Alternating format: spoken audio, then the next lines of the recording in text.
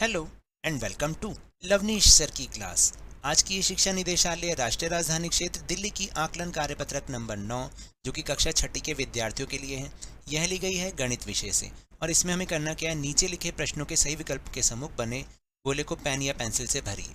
तो आपको सही विकल्प चुनना है और उसके गोले को भरना है। तो देखते हैं कौन से प्रश्न है वो। देखो, 1 रुपये का क्या अंश 25 पैसे होता है। तो बहुत आसान है, पैसे हैं ना तो रुपए को भी पैसे में बदल लो।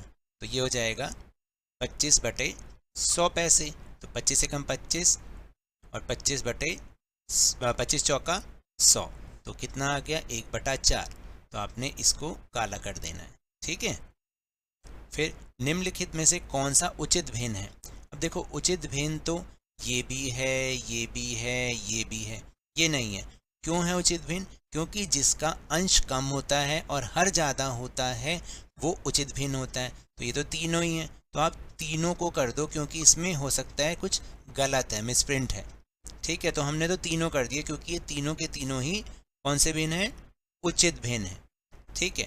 फिर उसके बाद है, मैंने अपने पैन पिज़्ज़ा के कुल 4 बराबर स्लाइस से 3 स्लाइस खा लिए। मैंने क्या अंश खाया, यानी 4 बराबर स्लाइस किए और उसमें से 3 खा लिए। तो अब मैंने क्या अंश खाया, तो कुल मिला के थे 4 टुकड़े और 3 खा लिए, तो आंसर बन गया 3/4, ठीक है ना। फिर है, सिमरन 50 कैंडीज का पैकेट लेकर आई और उसे 10 दोस्तों के ग्रुप के बीच समान रूप से बांट दिया। उनमें से प्रत्येक को क्या अंश मिला। तो सिमरन कितने पैकेट लाई, 50 पैकेट, और कितने दोस्तों के ग्रुप में बांटा, 10 के। तो भिन्न क्या बन गई, 50/10, और हर एक के हिस्से में 5 पैकेट आ जाएंगे। तो आपका आंसर ये वाला होगा, डी, 50/10। फिर मैंने सोमवार को काम का 1/7 पार्ट पूरा कर लिया है, मंगलवार को 2/7 पार्ट पूरा कर लिया है। इन दोनों दिनों में मैंने कितना पार्ट पूरा कर लिया।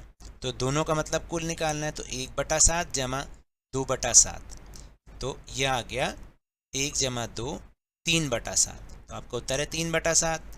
ये रहा बी आपका 3/7। देख रहे हो कैसे कर रहा हूँ, बिल्कुल ऐसे ही करना है।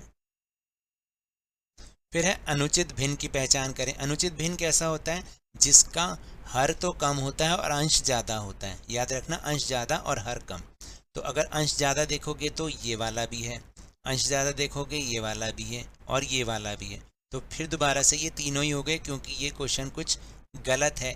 यहाँ पर उचित भिन्न होना चाहिए था। उचित भिन्न होता तो हम इसको चुन लेते, है ना, लेकिन यहाँ तो अनुचित भिन्न है तो इसलिए हमने तीनों को चुन लिया। फिर समान भिन्न की जोड़ी चुने। समान भिन्न क्या होता है, जिनके हर जो हैं वो एक समान होते हैं। जिनके हर एक समान होते हैं वो समान भिन्न होता है। तो कौन सा है, ये वाला, ठीक है। तो आपने ए को सही करना है। फिर है, एक शिक्षक ने अपने 3/4 पाठ्यक्रमों को समाप्त कर दिया। कितना कोर्स बचा है, 3/4, यानी कुल कितने हैं, 4 भाग हैं। तो 4 में से जब आपने 3 भाग पूरे कर लिए, वैसे कितना है, 4/4 है, और 3/4 पूरा कर लिया, तो अब बचा कितना, 4 घटा 3 बराबर 1/4। तो सी आपका सही उत्तर होगा, 1/4, ठीक है ना। फिर गीता ने एक किताब के 50 पेज टाइप किए जिसमें 100 पेज हैं। मीनू ने इसी किताब के 25 पेज टाइप किए।